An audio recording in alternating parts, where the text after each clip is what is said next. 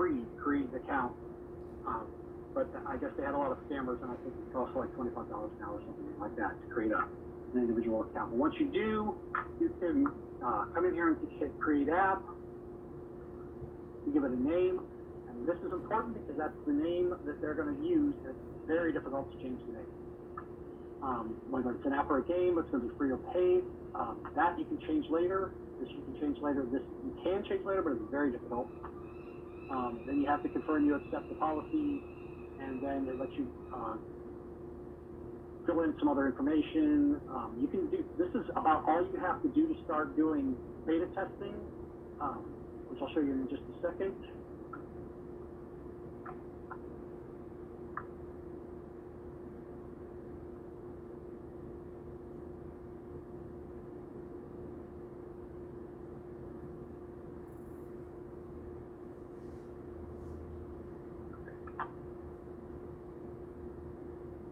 So this is what the dashboard looks like, what you're set up on. And this won't be named until you upload. They'll give you a temporary name, and this won't be in there until you upload your first APK, and it'll pull it out of the APK. Lots of this doesn't mean anything until you've gotten to the point where you're actually online and people are using the app. Here's where the ratings go, your ANR, and app's not responding. You want to see almost none of those. You want to see almost none of these. You want to see a very high average rating. You want to see as many reviews as you can get. Since this is a free app, there's not going to be any revenue. Issues is any crashes you have that come up to analytics will come up and post them here. But you have to add Crashlytics to get really, really detailed things. Crashlytics is free from Google, and when you get to the point where you're actually using your app and distributing it even to your beta testers, I would highly suggest doing it. It takes a couple of lines in your configuration file and in your Gradle build file, and it just automatically sends up. You create in your console, you create in your Firebase console, you create the account for it, tell it what the name is, and then it will tell you what line everything happened on, what it was caused by. So basically what you get in the debugger, in the Logcat, you will get that in the Crashlytics for a remote basis. Very, very handy. So, if I want to create a new version, I can do it in any of these testing. What you want to start with is internal testing, and to create a release, you hit create a new release. You upload your bundle. Now you have to do an AAD now. You used to be able to just upload an APK. Now you have to upload an AAD file. It's just a question of what radio button you hit when you're doing your build. And you give it a release number, put any information about the release. You'll hit save, review release, and then it'll put it up. And then you can come back to your list here,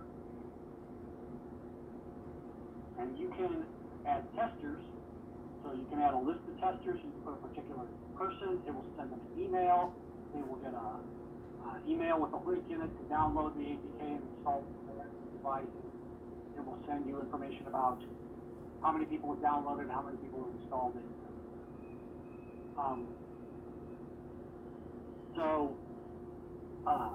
I will walk you through one next week.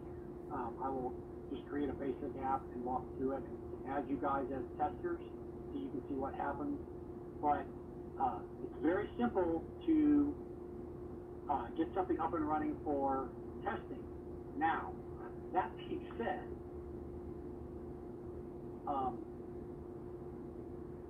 when you go to release it, when you go to promote release to production, it's going to make sure that you have everything under setup, under store presence. Just going to make sure you have everything here filled out. So you had to fill in those few things, just a name and a name and that kind of thing. This, you have to put certain graphics in certain sizes. You have to have screenshots. Then you have store settings. You have to pick a category. You have to have an email address for support. You can allow them to advertise. Then there are other things that will walk you through when you do this to put a what do they call it? Where is the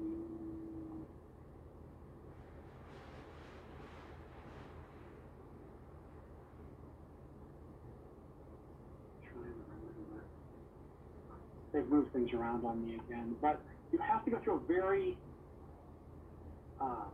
long process of saying, I don't keep anybody's private information. I'm not going to share anybody's information I get with anybody else. No, this does not have things that are inappropriate for kids in it.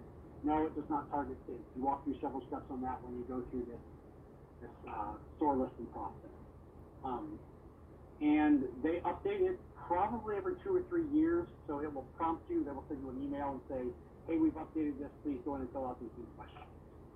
So, like I said, next week I'll start one. We'll send you guys emails, and you can see what it's like to be part of a test. And then I'll actually walk through the whole setup of that. But just to get it up, you need an account. You don't even need an APK yet. You just create the app. Then when you're ready to test, you go to the internal testing, create a release, and then you can upload your AAV to that release and run through. I know it's really fast. It'll be much more detailed, much more slower in time for questions next time. If you have any big questions right now. For private policy, do you write your own private policy, or is there like an auto-generated one that you usually use? There's not an auto-generated one by Android, but there are several sites that have really good basic ones. I use one from there.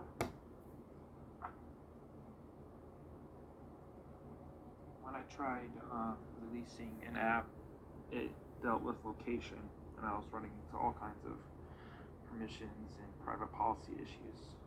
Right, because you have to tell them whether or not you're going to store that local location information, which in our case we're not. We're just using it to do that. And we can tell them we get your location to show you, and you have to give them a reason you're getting their location.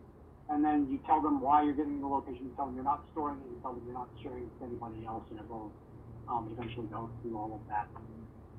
But yeah, and there are several things like if you add Bluetooth capabilities, if you actually use the ad identifier, if you use a phone number or send or receive SMS messages from it. There are several things that you have to go through that kind of a hassle with. But I kind of understand it because there are a lot of Android doesn't do as much to test the apps that are going out on the Play Store as Apple does. Apple really has a human person sit down with every app and try it out and run it through their testers to see what is going across the network and things like that. So they catch a lot of things that Android doesn't catch. So they're trying to cover themselves by making you say you don't do this, and then if they find you doing it, they can take you off that place. Sure. Any other questions? Okay. I look forward to what we see next week. Thanks very much.